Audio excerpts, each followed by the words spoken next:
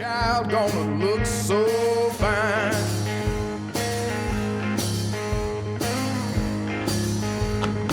But I had to tell her that sometimes I still think that I will. But then again, my mind changed, baby. Sam boy, don't you ever do it no more. That's what it tells me. You know why?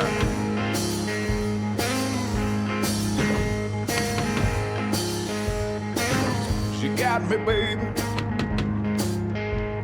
I swear you got me, girl. You know you got me where you want me now, baby. Well, I know you're always satisfied. That's why I love you, baby. Hey folks, I'm back. Talk a little bit about the Beretta Bobcat 21A, and this is the 22 long rifle version with the really cool wooden grips. Now the Bobcat and the Tomcat, I just made the video about the Tomcat just a second ago, and these are pretty popular guns. They've been around for a while, I think since the 80s, if I'm not mistaken. This one has the threaded barrel, so you can use it with a suppressor if you want to. Flip up barrel, which is an interesting feature that works pretty well. And it does have a thumb safety, which on this particular model is very stiff, which is kind of the way I would want it.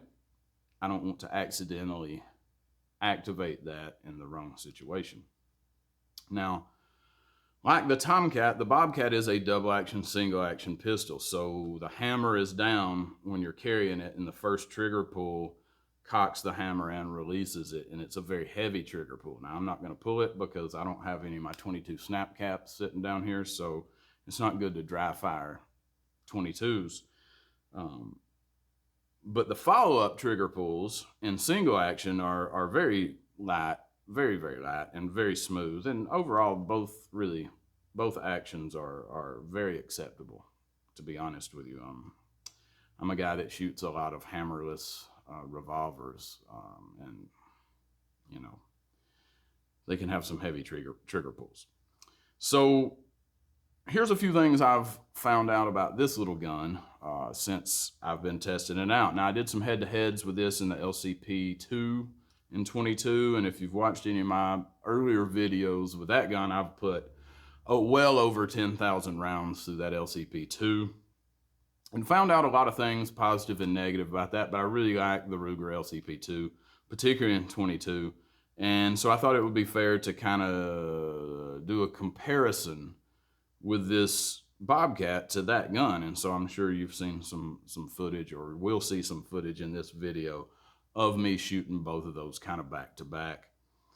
This gun is different and it functions very well. It's a 7+1, so you got 7 in your magazine or your clip. This is actually, you never heard anybody say banana magazine.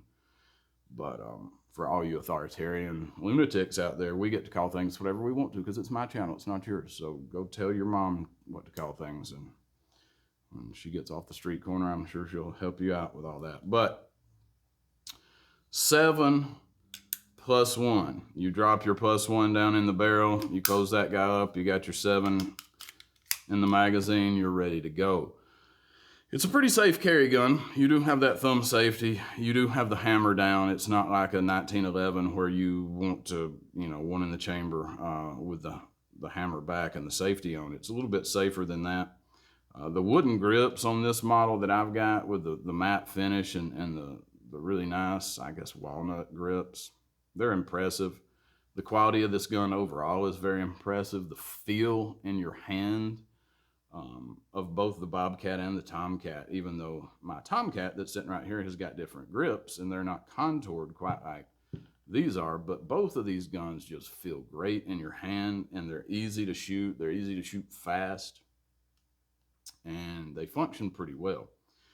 As far as functionality goes, anything in 22 long rifle is always questionable unless it's some kind of bolt action rifle.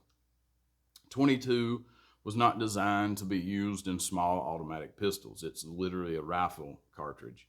And it's been adapted to work in these, and sometimes they work well and sometimes they don't. With the LCP2, there's a million different reports out there of what people found to work and wouldn't work, and this ammo and that ammo and how this goes and that. And if you want to know my experience, watch my LCP2 videos. I've made several from 4,000 rounds all the way up to over 10,000 rounds. And I found out a lot of things, and I'll tell you right away, they don't necessarily transfer to this firearm, flat out. My most reliable ammunition with my LCP2 was the standard Aguila Super Extra in hollow point or round nose. And the round nose functioned a little bit better than the hollow point over the thousands of rounds that I put through it, but they were pretty close. This gun did not do as well with the standard Aguila, with either one of those. It had a bunch of failures to feed. And since this gun doesn't work like a regular semi-automatic pistol, it doesn't have an ejector, so it's using the force of the blast of the cartridge to get the spent case out. Things are different, and Beretta's literature in their manual specifically states not to use high velocity 22 ammo because it'll wear out the gun, and I can't remember what else they say about it. But what I found was extremely reliable is the Aguila, what is this? The Supermax, what do they call this? Well, it's the Supermax. This is not the right box of ammo, to be honest with you guys. The, shit.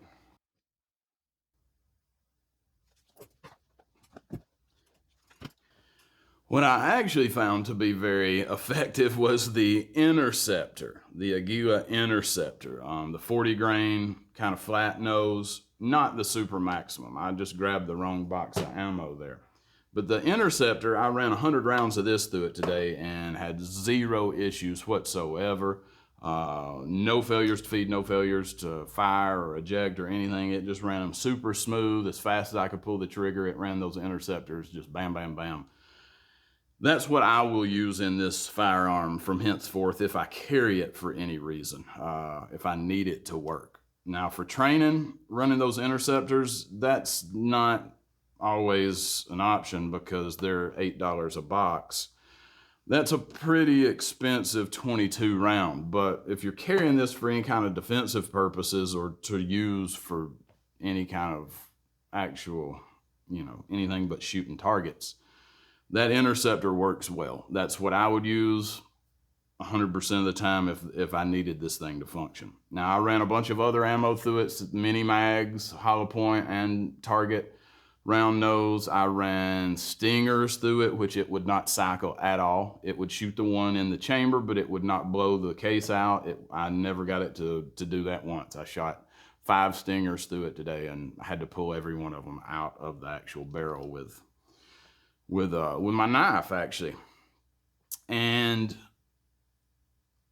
I ran some Federal Punch and had the same experience as the stingers. It's basically the same round, and the same thing happened. So the standard velocity Aguila did okay.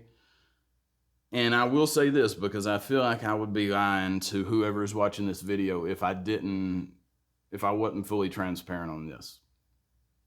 I shot this gun several times since I've had it. And I came home day before yesterday, and it's still dirty from shooting it today. So if it looks less than polished, understand that I did polish the feed ramp. And the only thing that I've fired through it since was a few magazines full of Aguila standard velocity, the Super Extra, and 2 boxes of these interceptors. And today I had 0 failures whatsoever. So it could be that the feed ramp needed to be polished like that to get everything working the way that it wanted to, But I don't think that's the whole story. I think part of it was just that it needs a high velocity round to get things done. And I think a hollow point is a bad choice in this firearm altogether, because it was really causing some movement hang-ups as the cartridge was trying to get up into the barrel on this thing, into the chamber. So take that as you will. It's not a scientific, review of this. I'm not exactly sure what improved its reliability. And it's also just getting broken in. I probably only have, let's see, maybe 400 rounds through this at this point. But it functioned very well today with those interceptors, with the Aguila Standard Super Extra, and that polished feed ramp. I had zero issues with it. Now, as far as accuracy goes, it's about on par at any kind of self-defense ranges as the LCP2. I wouldn't say it shoots any better. I wouldn't say it shoots any worse. I will say that the sights are damn hard to see. They're far harder to see than basically any reasonable size gun I have. I mean, I've got a couple of those little Bowers, those Browning baby copies. Those have worse sights, but not by much.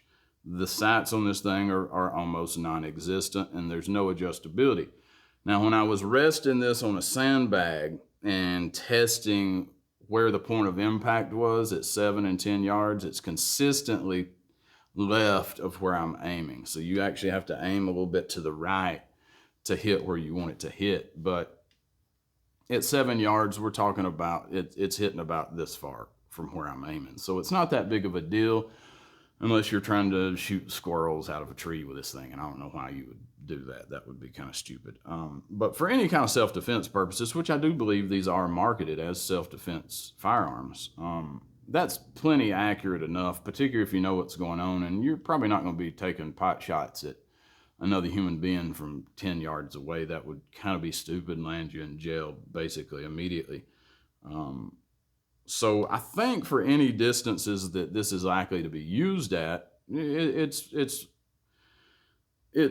sighting in well enough. Now, as far as the accuracy of it goes, it was putting all those shots in a very small group in the same place.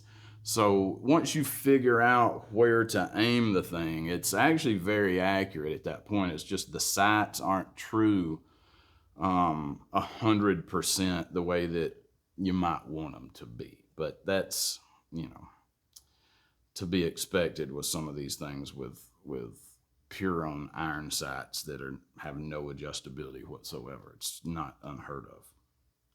Overall, the quality of the Bobcat is really good. I like the flip up barrel. It's easy to use. I don't necessarily need the function of making it easier to rack the slide or anything like that. Doesn't necessarily benefit me in any way, but it is cool, and I can see how some people would enjoy it. You can release the hammer with the barrel flipped up, so you never have to pull the trigger and slowly release the hammer with a round in the chamber. Like, you can load everything up and release that hammer with the barrel up, so it's not in danger of damaging your firing pin or doing something real foolish. So take that as you will. I will say this. Manipulation of this slide is actually harder than manipulation of this slide on the Tomcat 32. I don't know why. They're both lubed up the same way. I've cleaned them and done all that stuff, but this slide is just a little harder to pull back, even with the hammer back. So I don't know. I have not shot this suppressed yet, but I will soon, and I'll let you guys know. It's supposed to be really good at that, so that's a cool thing. Just like with the Tomcat, I actually picked both of these up at the same time from Buds, and they had a really short, very steep discount on these guys for like 2 days, maybe at the most, maybe a day and a half or something. I had been looking at them for a while, and I was like, I don't want to pay what they're asking for them, which was upwards of $600 with everything all said and done.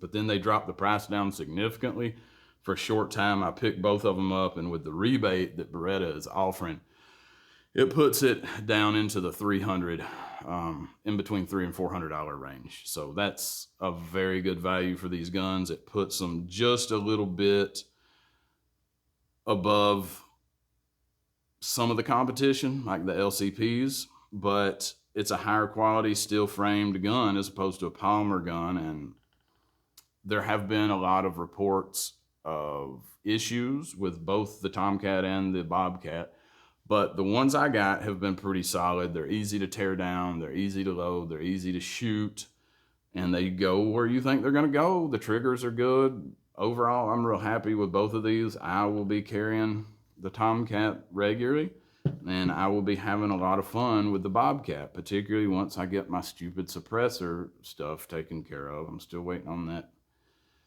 ATF idiots to get their job done on that. But this will be a fun little gun to shoot, you know, in the backyard or something like that, suppressed, which is why I got this Covert model with the threaded barrel. And it comes with a cool little silicone gasket. It's a good setup.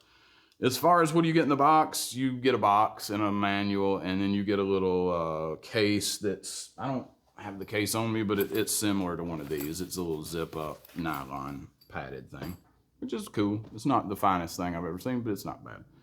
I got Beretta brand magazines for both of these, and they all the magazines seem to work the same with both of these guns. So I'm a big fan. I've not had many Beretta firearms before, but I'm a big fan of both of these. And I will be shooting them a lot more. And if I have some information to give you guys, some more feedback, I certainly will. I'll try some more ammos with the 22 and see if I can figure out anything that's cheap, that works reliably.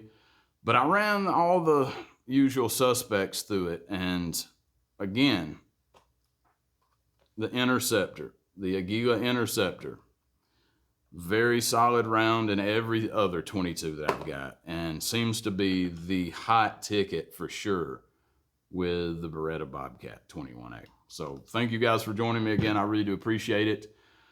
The most laid back gun channel on YouTube. I'm sorry I have been a little absent lately. I've got a little kid, and you try to spend time with your family, you know, when they're little. So I've got a bunch more videos that I'm kind of halfway done with, or I've got ideas for. So I'll try to get a little bit more regular posting, coming back, get my regular posts back regular here soon. So stay tuned, folks. You know what the deal is. If you want to subscribe to my channel, thank you. If you don't, that's fine too.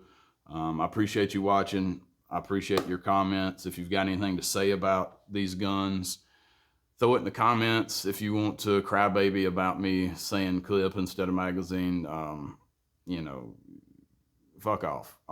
But anyway, we'll see you guys hopefully soon at the range.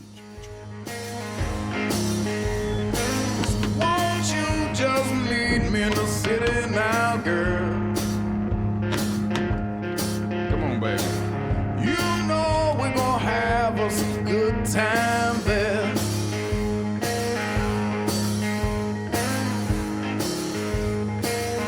Then I say, baby, I say, please, don't you leave me